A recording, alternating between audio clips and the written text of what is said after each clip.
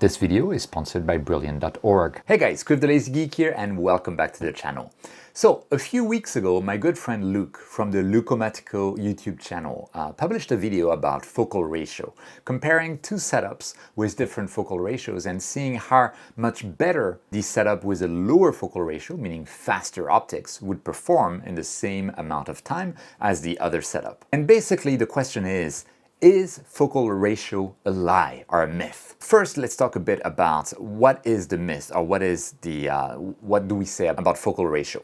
So focal ratio, first, the definition is if you take a telescope like this Red Cat 51, it has an aperture of 51 millimeters and a focal length of 250 millimeters. The focal ratio is just the ratio between those two values. So basically, it's going to be 250 divided by 51, which is slightly less than 5. Therefore, the focal ratio of this telescope is f4.9. And when you compare focal ratios, basically, very often we hear something like a focal ratio of f2 is 4 times faster than a focal ratio of f4.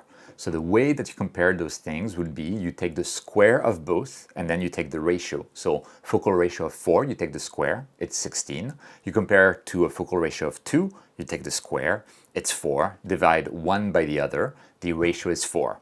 Therefore, an f2 telescope is 4 times faster than an f4 telescope. And this focal ratio is something that is front and center in the optics specs or the telescope specs whenever we want to buy a new telescope. It's something that we pay a lot of attention to, and there have been a lot of detractors to that value as kind of a go-to value to evaluate the speed of the telescope. Before we go any further, I want to give a brief intuitive understanding as to why we're using aperture on one side and then focal length on the other side for the focal ratio. Aperture kind of makes sense, right? So if you have a larger aperture, if you have a larger objective lens on your telescope, there will be more photons being gathered by that objective lens during any given time span. So everything else being equal, the telescope with the larger aperture is faster than the telescope with a smaller aperture. Sure, that makes sense. But what about the focal length? That's much less intuitive. Well, it's basically the focal length is telling us how we are going to use those photons, this light that we've gathered thanks to the objective lens. And effectively, when you're having a long focal length, you're zooming in a lot and you're actually taking that light and you're spreading it across a larger surface area. And by doing so, each unit of surface area at the detector level, at the end of the optical tube, will receive less light per unit of time. And therefore, the telescope that zooms in a lot like that, everything else being equal, can be said to be slower. And conversely, if instead I decide to have like a small focal length and therefore I'm like zooming out and concentrating that light we've gathered into a smaller surface area, so each pixel sees more photons, then that telescope is considered to be faster. It kind of makes sense, but of course there are drawbacks in terms of resolution, etc., but we'll go deeper into that later in the video. So first, let's remember something. When we do astrophotography, we're not here to gather more signal from the target. We are here to gather better signal-to-noise ratio. That's our target, because the better our signal-to-noise ratio, the better we can process an image, the less noisy the image is in relation to the signal that we have captured. The problem is that if you double the signal of an image, you actually increase its noise, the shot noise of the image, by the square root of 2 at the same time. So even though you've doubled the signal, you've also increased the noise by a factor of 1.41. So your signal-to-noise ratio has not increased by a factor of 2, but only by a factor of square root of 2. So if you come back to this f4 versus f2 scenario, then sure, in the same amount of time, the f2 telescope will gather 4 times more light and 4 times more signal than the f4 telescope, but that will only mean, for the same period of time taken, that you've gathered twice the SNR and not 4 times the SNR. So f2 telescope is 4 times faster than an f4 telescope at gathering signal, but it is only twice as fast when gathering signal-to-noise ratio. And that's what we're really looking for in the hobby. So something to not forget there. Or in other words, an f2 telescope is not 4 times better than an f4 telescope. So in the first place, why do we have this relationship between when we compare telescopes of different focal ratios? It's pretty simple, actually. You can imagine a single telescope that is, let's say, 200 millimeters aperture with 400 millimeters focal length. In that case, your focal ratio is f2, 400 focal length divided by 200 aperture. Very simple. Okay, now you take the same telescope except that you've closed down the aperture to be only 100 millimeters diameter. So now suddenly you are at f4. What you've done exactly during that time is everything stayed the same. Your focal length is unchanged, so the amount that you zoom into your target is unchanged. If you have a camera sensor at the other end of the telescope, it's the same thing, it hasn't changed. Everything is the same except the diameter of the objective lens that is actually gathering light. So in one case, it's a 200 millimeters diameter, and the other case, it's a 100 millimeter diameter, or 100 millimeter radius and 50 millimeters radius. When you double the radius, you quadruple the surface area of the disk that is represented by that radius. And that's what we're doing there, right? So when we remove the mask to go back from 100 millimeter diameter aperture to 200 millimeter diameter aperture, we quadruple the surface area. And because we've quadrupled the surface area of the objective lens, we receive, per unit of time, 4 times more photons, 4 times more signal than when we closed it down to 100 millimeters diameter. But at the same time, when you're receiving 4 times more signal, you're also increasing your shot noise by a factor of 2. So your signal to noise ratio for a given period of time only increases by a factor of 2, which is still pretty good, but not as good as you would expect when someone tells you like, yeah, this scope is 4 times faster. There's another measure that can be used to compare telescopes like that rather than the focal ratio, and it's called the étendue, which comes from French. The étendue definition itself can be a bit confusing. A lot of people compute it as simply the diameter of the objective lens squared multiplied by the area of the sensor. And this is basically telling us how many photons in any given unit of time will fall onto your sensor. The higher number, the better.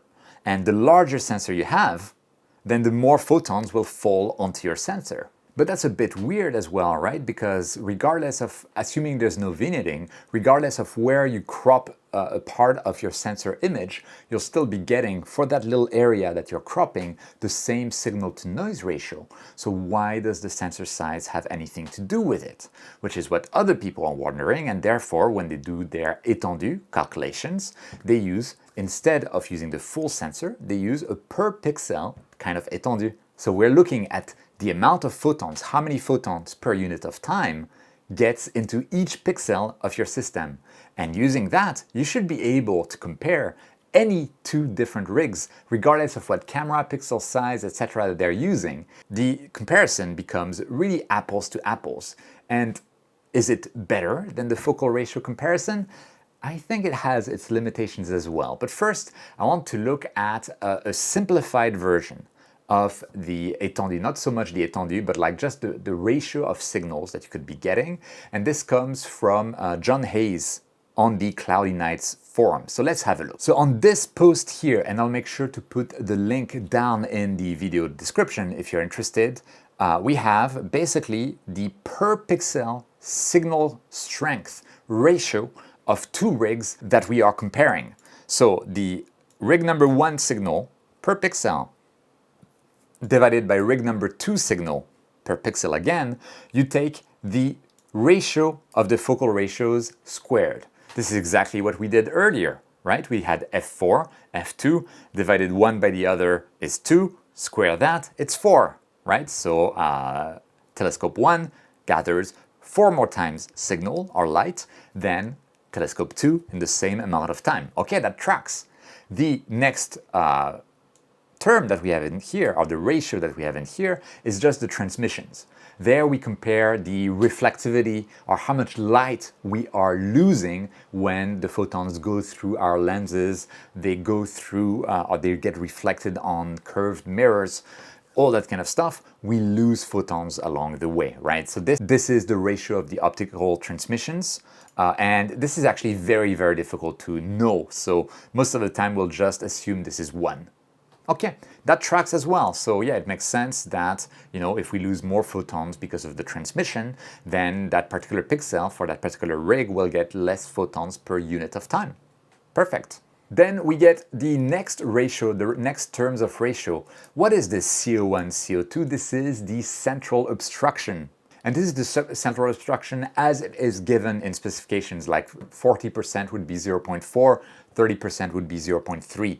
And by doing that, you simply account for the number of photons that are lost for a system that has a central obstruction, like a Newtonian telescope or a Schmidt-Cassegrain telescope. And that makes sense, right? So there's this obstruction, photons cannot go through, we lose those photons, they need to be included in the comparison of signal strength. Perfect, makes sense. Then we have this term here, which is the ratio of sensor sensitivities also known as quantum efficiency. So you might see that one sensor has a rough quantum efficiency of 80%, another one might have like 60%, and sure, so the sensor with 80% will react to a larger proportion of photons that actually make it onto the pixel compared to the other sensor at 60%. So that tracks as well, everything tracks. And then we have the final term, which is the pixel dimension. So the size of the side of the pixel. Let's say we could have a 2 micron pixel versus a 4 micron pixel. Take the square of either of those and you get the surface area of the pixel, and sure, it makes sense that the larger the surface of the area of the pixel is, the more photons will fall onto it in a given unit of time.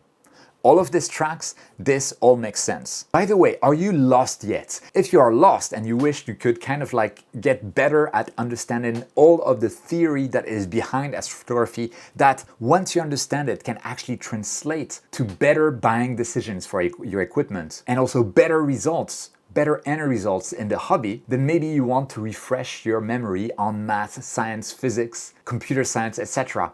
And the best way to do that is to use today's video sponsor, Brilliant.org. Brilliant is basically where you learn by doing, with thousands of interactive lessons in math, data analysis, programming, and AI. I personally use Brilliant basically daily, and I really like the approach that it has to learning, because it makes you think while you're learning by having you solve problems and not just passively ingest information. It lets you remember more what you're learning because you're learning and doing at the same time. And because the lessons are bite-sized and you can fit them into your busy schedule, it helps you develop a learning habit that you can follow up on daily. There's tons of courses that are available on Brilliant, more get added all the time. But if you were, for example, thinking about learning how to code, there's a great course for that. You can get familiar with Python and start building programs. Even on day one, because there's like a drag and drop editor for that, you'll learn essential coding elements, so loops, variables, etc. And you'll start learning how to think like a programmer. And when I started contributing to Nina, I wish I had had that available. But anyway, if like me, you want to try everything Brilliant has to offer for free for a full 30 days, visit brilliant.org/quizlazygeek or simply click on the link in the description. And you'll also get 20% off an annual premium subscription. Okay, where were we? Yes, we were talking about this formula, which is an amazing little formula there. And it indeed tells us per pixel the ratio of the signals comparing different rigs, completely different telescopes. I could compare like that, a telescope that's a Newtonian telescope with a camera with very large pixels like this one that has almost 6 micron side pixels, to a refractor with, let's say, a camera that has 2.9 micrometer pixels. So they're like half as big, or actually in surface area 4 times as small as the larger pixel camera. And we get that ratio of signals.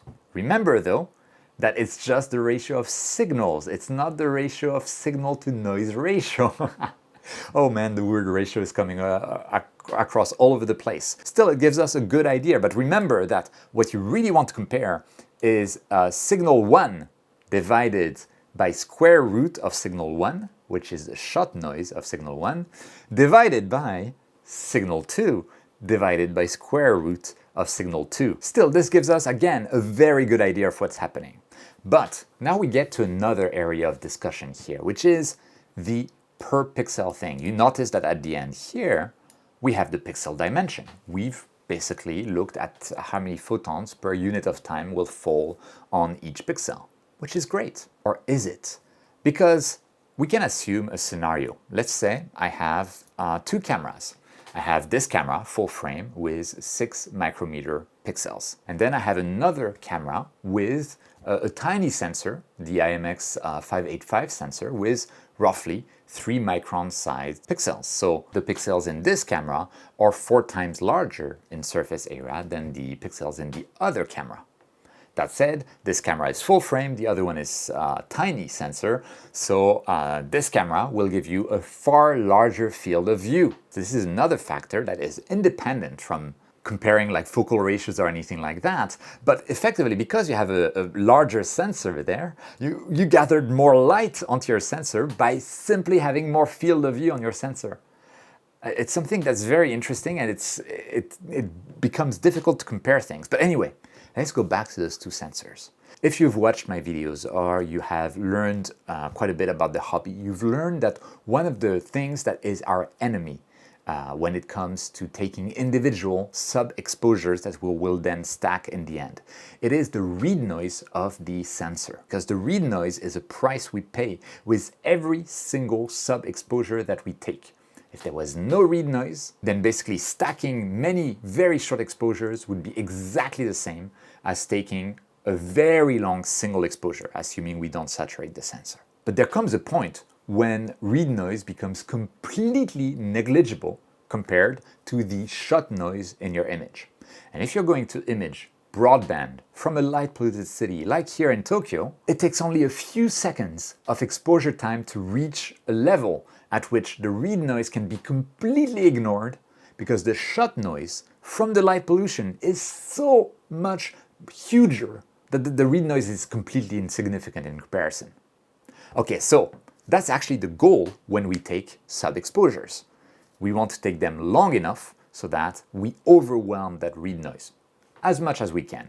Obviously, you'll need to take far longer sub-exposures if you want to keep overwhelming the read noise to the same level, the darker the area you're at. So if you're in a Bortle 0, Bortle 1, Bortle 2 zone, then you need to expose longer to overwhelm that read noise. You don't have to, you still get much better results than me in Tokyo regardless of what you do, but still it's something interesting to keep in mind. Same thing happens if you're using narrowband filters, because then you're rejecting a lot of light pollution and therefore you have far less light pollution shot noise that makes its way onto your sensor. Okay, so now let's imagine a scenario where we had those two cameras, one with 3 micron pixels, the other with 6 micron pixels, and you're using them on the same telescope.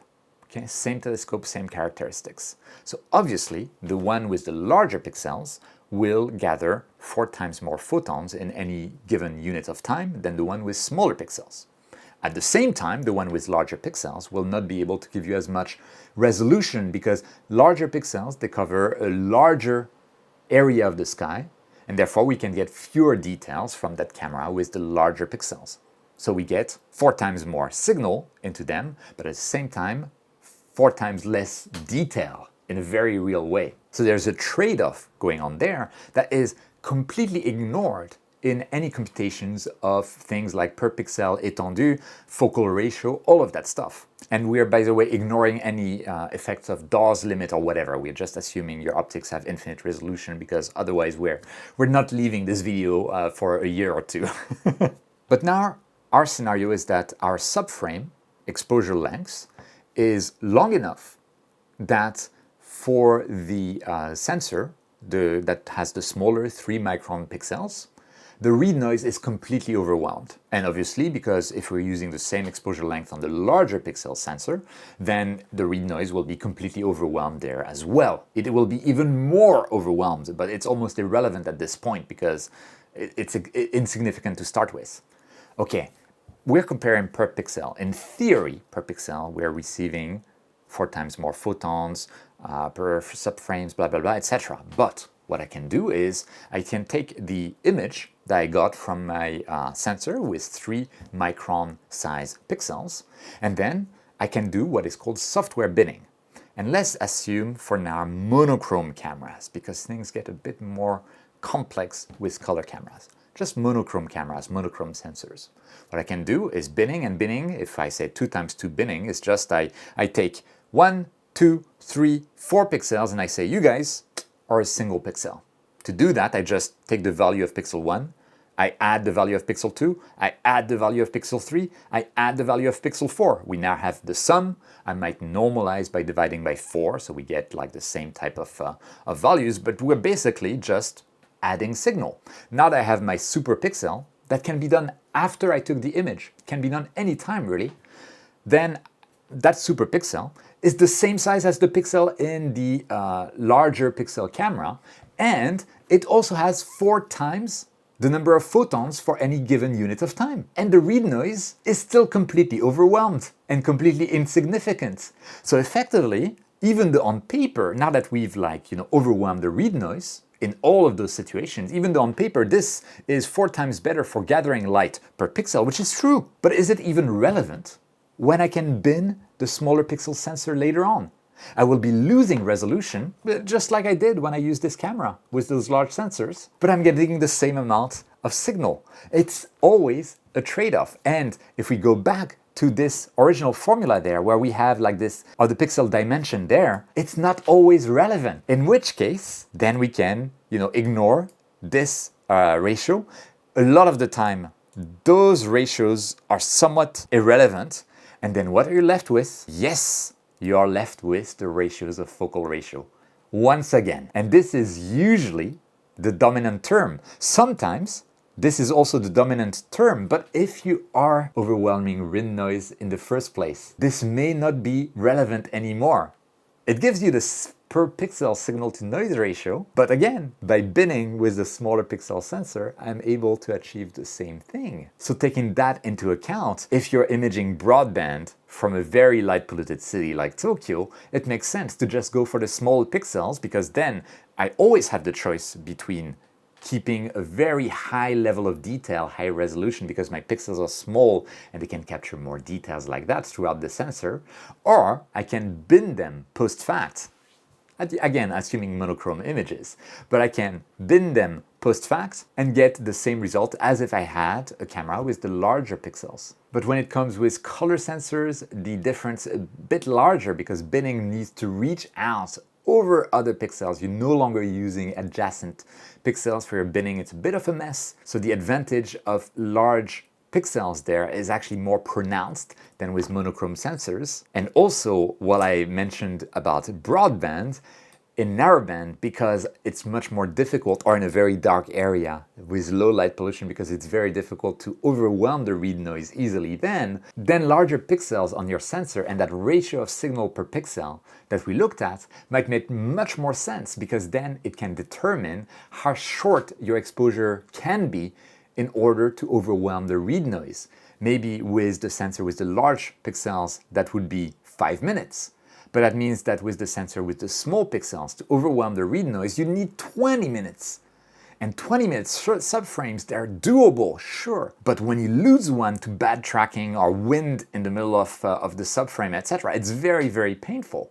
So those larger pixels, that ratio of signals comparing different rigs, that include the pixel size, is very useful for that kind of scenario. But it is not the answer for everything. To some extent, in my opinion, the answer to everything, well, not to everything, but the answer to a lot, is still the focal ratio. The focal ratio still has a lot of meaning, in my opinion, but it's better to just look at each of the parameters separately. Your focal length, together with your sensor size, will determine the field of view that you get.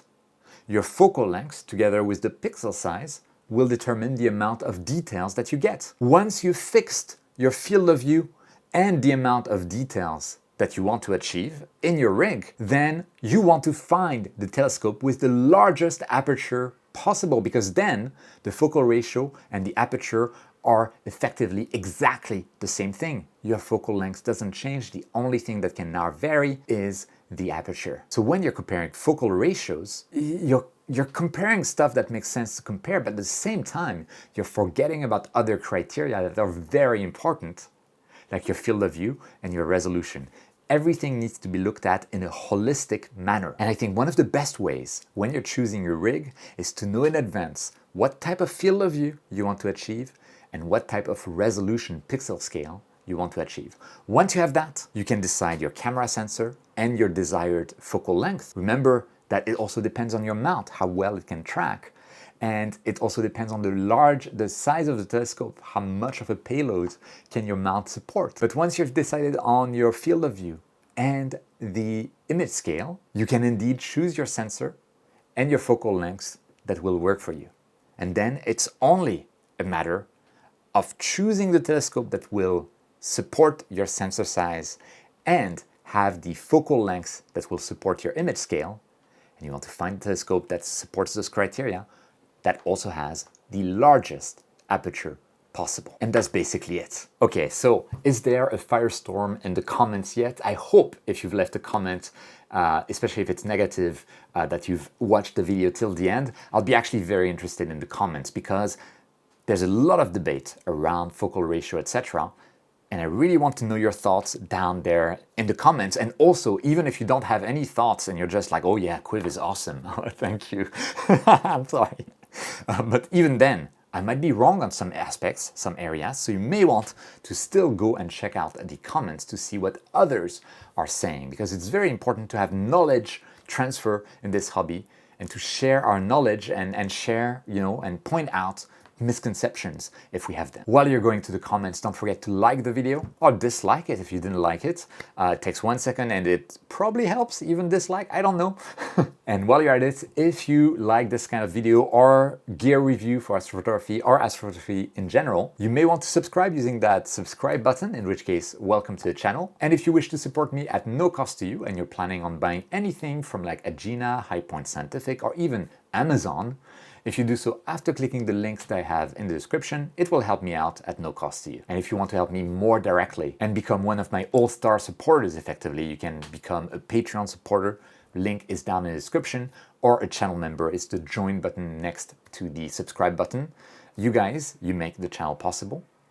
I would not have been able to keep going without you guys. I want to thank you as always for your generosity. With that, I hope this was an interesting video. I hope you learned something. I hope I didn't get too much stuff wrong, but thank you so much for watching. Don't forget whenever you can to look up at the stars, and I'll see you next time.